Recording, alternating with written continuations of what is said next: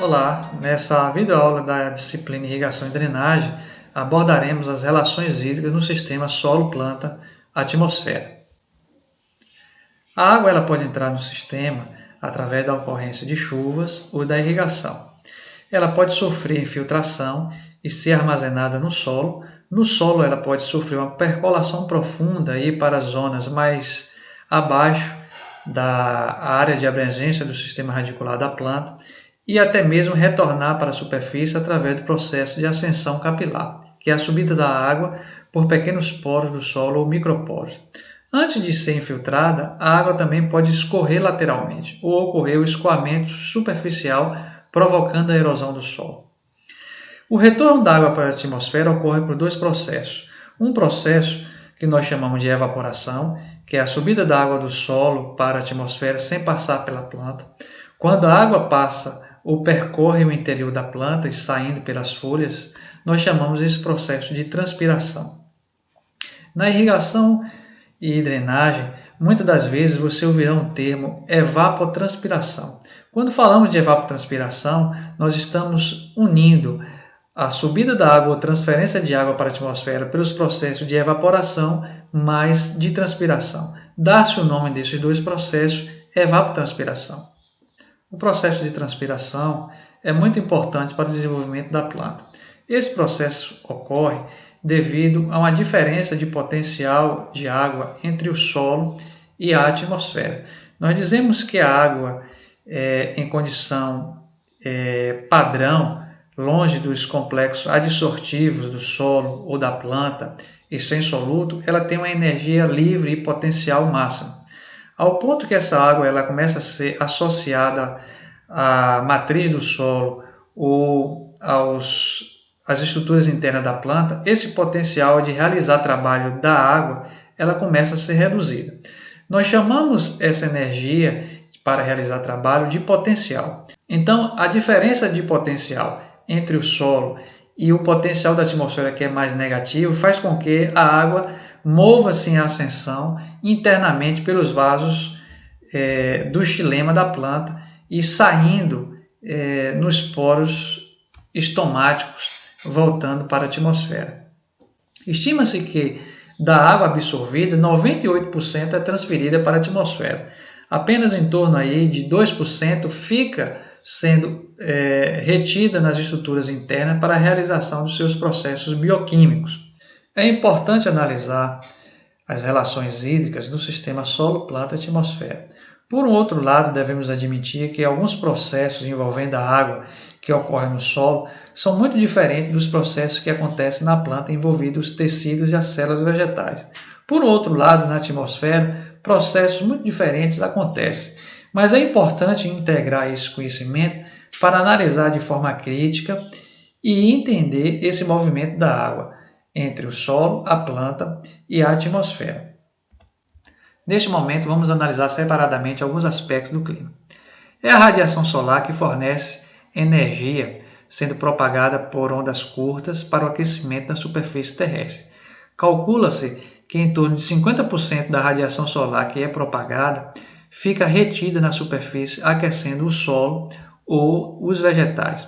Uma parte dessa energia retorna ao espaço através de propagação de ondas longas.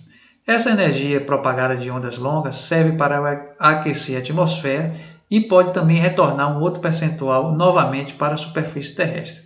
O balanço dessa radiação é que chamamos de radiação líquida, que é a energia propulsora para o movimento da água no estado líquido para o estado de vapor e a mola propulsora para ocorrer aqueles processos que mencionamos anteriormente, que é o processo da evaporação e o processo da transpiração das plantas. Essa energia ela pode ser movimentada desde o topo da atmosfera, sofrendo uma certa refração e chegando à superfície terrestre, através da propagação, como mencionamos, de ondas curtas. Parte dessa energia ela retorna para a atmosfera. Uma outra fração da radiação solar, que é as propagações de ondas longas que retornaram para as nuvens, elas podem retornar para a superfície terrestre. Uma parte aquece novamente a superfície da terra ou dos vegetais podendo retornar novamente para a atmosfera. Então, o saldo de radiação na superfície é o balanço entre as entradas e saídas de radiação de ondas curtas e longas na superfície terrestre. Esse saldo de radiação em áreas agrícolas, ele pode ser medido através de equipamentos meteorológicos, como o saldo radiômetro. O saldo radiômetro mede a entrada de ondas longas, ondas curtas e o retorno dessas ondas longas e ondas curtas para a atmosfera. O saldo que fica é a energia disponível ou saldo de radiação responsável para realizar o aquecimento do ar, o aquecimento do solo e também o calor latente para ocorrer os processos de evaporação e os processos de transpiração. Dessa forma, nós podemos fazer a partição do saldo de radiação da seguinte maneira. O saldo de radiação pode ser repartido em diferentes processos. O primeiro processo é o físico, que pode ser o aquecimento do ar e também o aquecimento do solo, e também a evaporação da água. Um outro processo é o biofísico, que é a transpiração das plantas. Um outro processo é o bioquímico, que é a ocorrência da fotossíntese. Desta forma, o saldo de radiação, ou a radiação líquida, pode ser equacionado da seguinte maneira. Rn é igual a H, que é a energia responsável para o aquecimento do ar, mais a energia responsável para o aquecimento do solo, que é G, mais a energia responsável pela transpiração e a energia responsável para realizar a fotossíntese. Esse é o balanço de energia após a entrada de ondas curtas e ondas longas, ficando o saldo de radiação para realizar esses processos. Considerando que o aproveitamento energético para realizar a fotossíntese é menor que 3% da radiação disponível e que a evaporação e a transpiração ocorrem de forma simultânea, que é o processo da evapotranspiração, a equação acima pode ser aproximada para a seguinte forma. Rn é igual à energia responsável para o aquecimento do ar, mais a energia disponível para o aquecimento do solo, mais a energia disponível para realizar o processo de evapotranspiração. Na irrigação, o saldo da radiação correspondente ao calor latente de vaporização da água, que é esse termo LE, é o responsável por provocar a evapotranspiração em sistemas irrigados. É esse componente que mais à frente nós utilizaremos de métodos para realizar o cálculo e analisar o volume de água que é utilizado ou evapotranspirado de uma superfície agricultável para a atmosfera, para que o irrigante possa retornar essa lâmina de água para o sistema em cultivo. Outros aspectos do clima também são importantes para mencionar as relações hídricas na atmosfera. A radiação solar, como nós mencionamos, pode ser determinada em watts por metro quadrado. A temperatura do ar em graus Celsius também fornece um parâmetro para quantificar como é que está a disponibilidade hídrica da atmosfera ou como que ocorrem esses processos físicos de transferência de água de uma superfície irrigada para a atmosfera. A umidade relativa em percentual também nos dá um entendimento de como é que está o potencial de água na atmosfera, se essa umidade relativa está alta ou se está baixa, se a atmosfera tem um alto poder evapotranspirante ou não. A velocidade do vento também é importante, porque regiões onde ocorre velocidade do vento elevada favorece uma maior transferência de água por parte dos processos de evaporação e transpiração para a atmosfera. É importante também fazer uma análise de balanço de radiação em nível foliar. Essa figura nos mostra que a radiação incidente do Sol ela pode sofrer diferentes caminhos. Ela pode sofrer diretamente uma reflexão para a atmosfera, ela pode sofrer uma absorção pelos seus tecidos e ela pode sofrer uma tramitância ou uma transmissão, ou seja, essa radiação ela toca na superfície e continua para partes inferiores da planta ou aquecendo a superfície do solo. As propriedades radiativas ela depende de alguns pigmentos da planta, que são especialmente a clorofila e os carotenoides. Nesse aspecto, nós observamos que cada vegetal, através dos seus constituintes de clorofila e carotenoide têm potenciais para refletir a radiação, potenciais para absorver e, de acordo com a arquitetura da planta, tem um potencial para fazer a tramitância dessa radiação solar. Isso é muito importante para entendermos como ocorre o saldo de radiação, e esse saldo de radiação poderá desencadear o processo de evapotranspiração de água entre uma área irrigada. Podemos relacionar alguns aspectos do clima e planta. Algumas espécies adaptadas à sombra têm comportamentos diferentes a espécies que são adaptadas ao sol. Quando analisamos a radiação solar fotossinteticamente ativa e a capacidade dessa planta realizar fotossíntese com a incorporação de CO2, observamos que plantas de sombra, quando são submetidas a uma crescente radiação fotossintética, ela tende a permanecer um crescimento inicial e permanecer constante com o aumento da radiação fotossinteticamente ativa. Por um outro lado, plantas ou espécies adaptadas ao sol, ela não sofre esse retardo na assimilação e na realização da fotossíntese. Quanto mais radiação essa planta recebe, em preto aqui observamos que essa espécie ela tem uma assimilação fotossintética também crescente e responde de forma eficiente à radiação solar. A quantificação da transpiração é importante para analisarmos o movimento de água no sistema solo-planta-atmosfera. Alguns métodos são utilizados para monitorar ou para quantificar a transpiração. Sondas térmicas são utilizadas em caule de plantas herbáceas e também arbóreas para quantificar, através de diferença de temperatura, a translocação de seiva na planta e, ao mesmo tempo, fazendo analogia com a quantidade de água ascendente nos vasos filemáticos. Um método padrão utilizado para o monitoramento da transpiração de plantas são o uso de lisímetros. Esses lisímetros são caixas contendo solo e planta cultivada. Embaixo desses lisímetros existe uma estrutura de pesagem, onde são monitorados a quantidade de água que foi aplicada no sistema e a quantidade de água que foi absorvida. Fazendo uma cobertura do solo para evitar a perda por evaporação, a variação de peso desse lisímetro é relacionada à transpiração da planta.